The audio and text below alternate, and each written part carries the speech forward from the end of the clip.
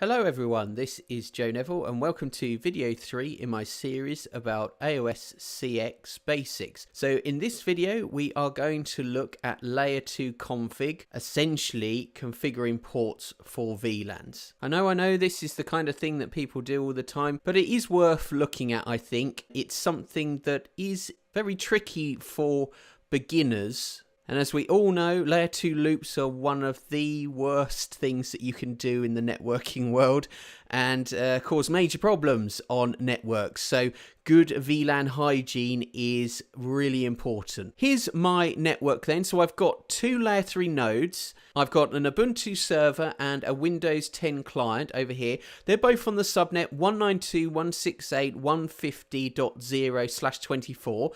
Ubuntu is .1 and Windows is .2. And what I'm going to do is send a ping from .1, so that will come down and it will hit my Aruba 8320. So that's an AOS CX device.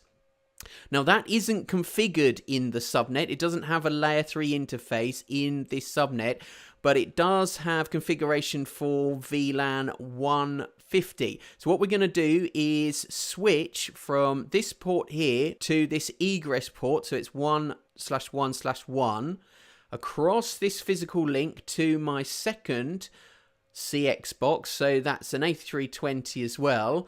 Again, doesn't have a layer 3 interface, and that is going to switch up to across VLAN 150 to the Windows client. And because it is a ping, so an ICMP echo request, if everything's configured here correctly, we are going to have an echo reply that will go back, and then we'll see that the pings are successful.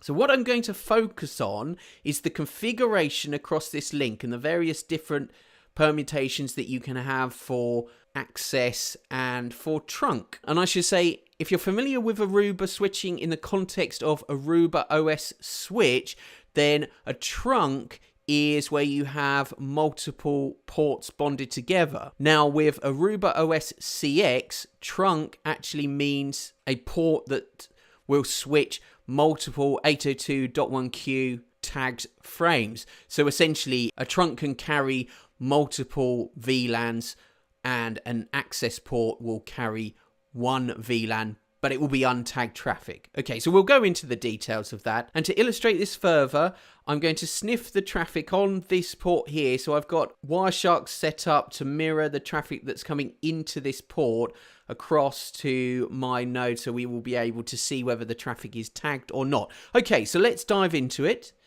Here's my setup. Top left, I have my Aruba AOS CX 8320-1, and top right, I have my 8320-2. So these are the two switches we're going to configure. Bottom left, I have my Ubuntu server. This is the source of the traffic. So I'm going to ping from here through the network. So it's 150.102. So this is a Windows client that is connected to the 8320-2.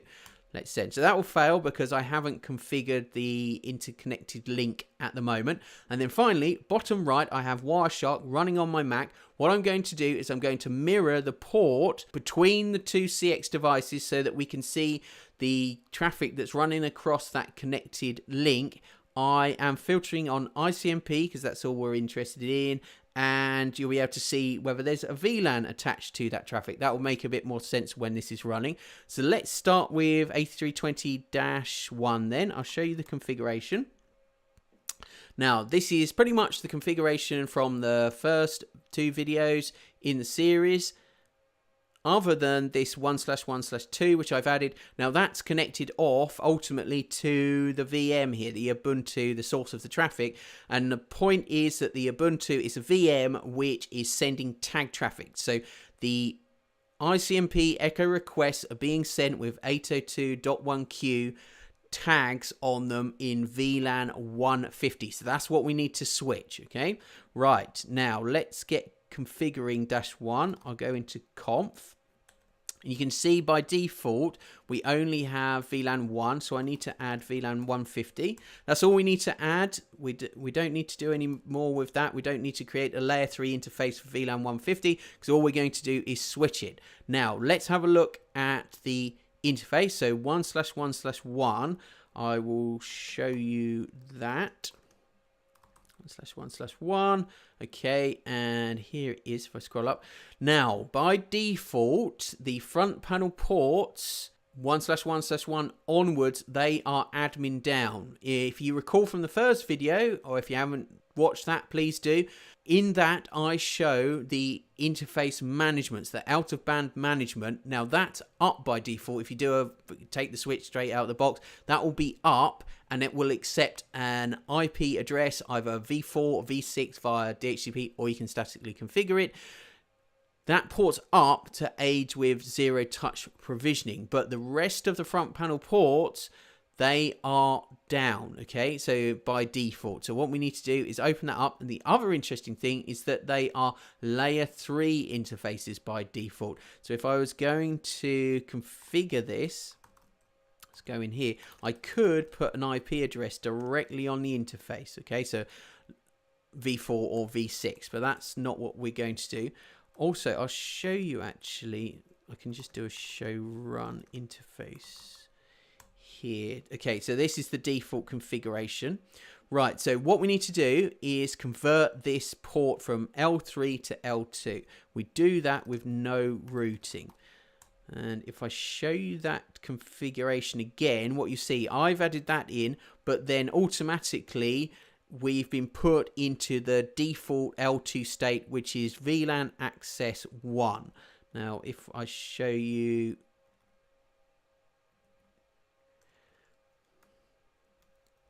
the interface, then you'll see this has changed. We're still admin down. I'll open it in a moment. You'll see the VLAN mode there and the access VLAN against that. Right, so let's no shut that. And we should put it into the correct VLAN. And we do that with VLAN access 150. Okay, good. Let's have a look at it again. VLAN mode access VLAN 150. So the admin state is up, but it's down. That's because the other end that we're connected to is down. So we need to go over and configure that. Here is -2. Let's do a show run on there. That's the basics. So we need to configure this like we did -1. Add in the VLAN. Go to the interface.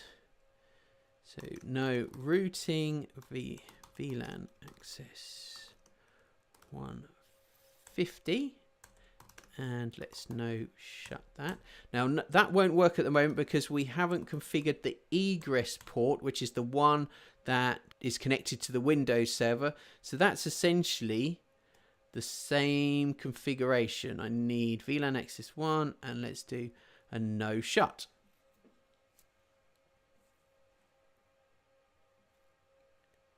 And now you can see that the traffic is successful. So we are able to flow, but we don't see anything on Wireshark because I haven't mirrored. So this is outside of the flow for just getting the network configured, but I wanted to show you this. So for mirroring the port, what we do is show mirror, it's mirror session 1 in global config.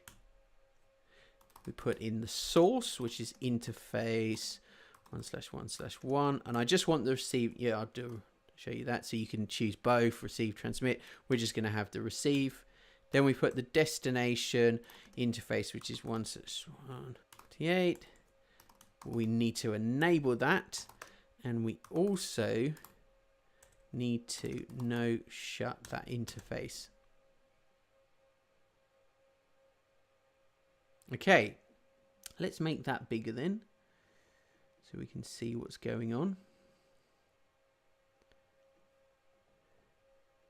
Right, there's the destination. You'll be able to see the destination's 101 and it is 102. And we'd have no VLAN across there. Traffic's running fine. We're mirroring. Okay, now the next part that I wanted to do is just to show you the different permutations that you can have with the traffic. So at the moment we don't have any tags running across this. Let's do a show run interface. Okay, so let's move this from access where there's no tag, let's move it to trunk. So the way that we do that is we go VLAN trunk and we just put in allowed. It's good hygiene to just allow the VLANs that you want to flow. I'm going to put in 150 there. Show run interface 1, show you what that looks like. Okay, so I put in that, and the native VLAN by default is 1.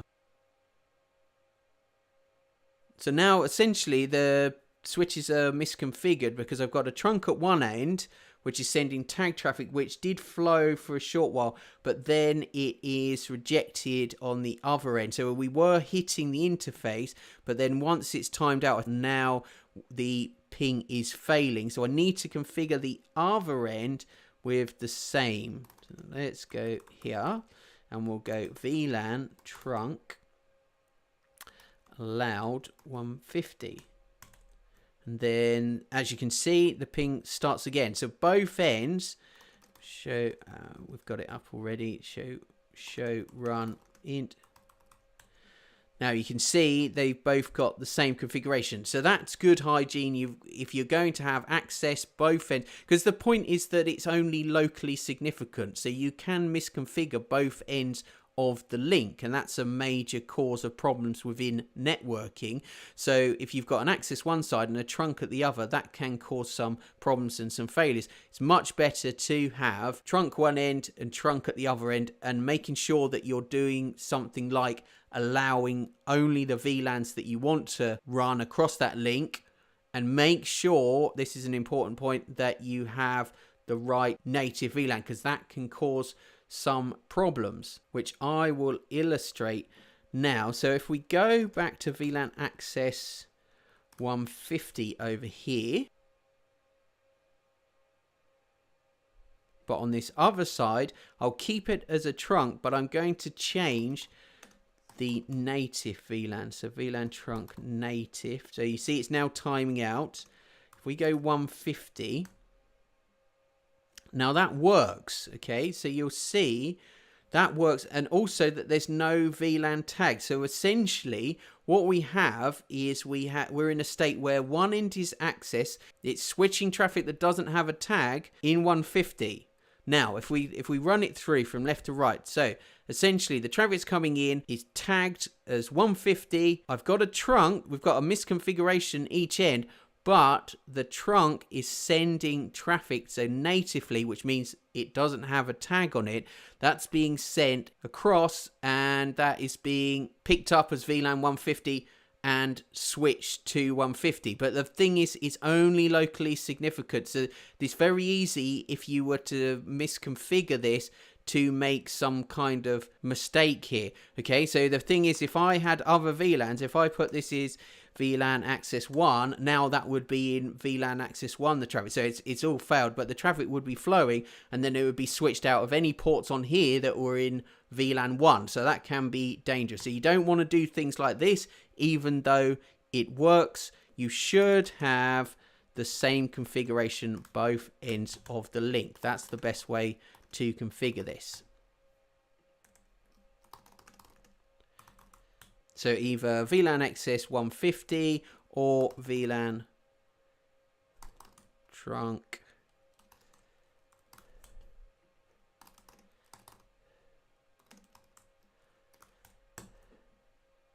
if you want tagged traffic. Okay, and if you'd like more information about that, the config guide for AOS CX goes into a lot of detail, actually. So I'll put a link to this document in the description. If you jump down to VLAN interfaces, you see we have these examples. So this is essentially what gave me the idea for this video. We have this example of an access interface and the different types of traffic, whether it's tagged or untagged. If that hits an access port, what would happen? So whether it's switched because it's got a VLAN ID that matches the access, so it's switched without the tag, or if it's untagged that comes in, then that's switched, of course, without a tag. But if a tag comes in which is different from the access VLAN, then it's not switched.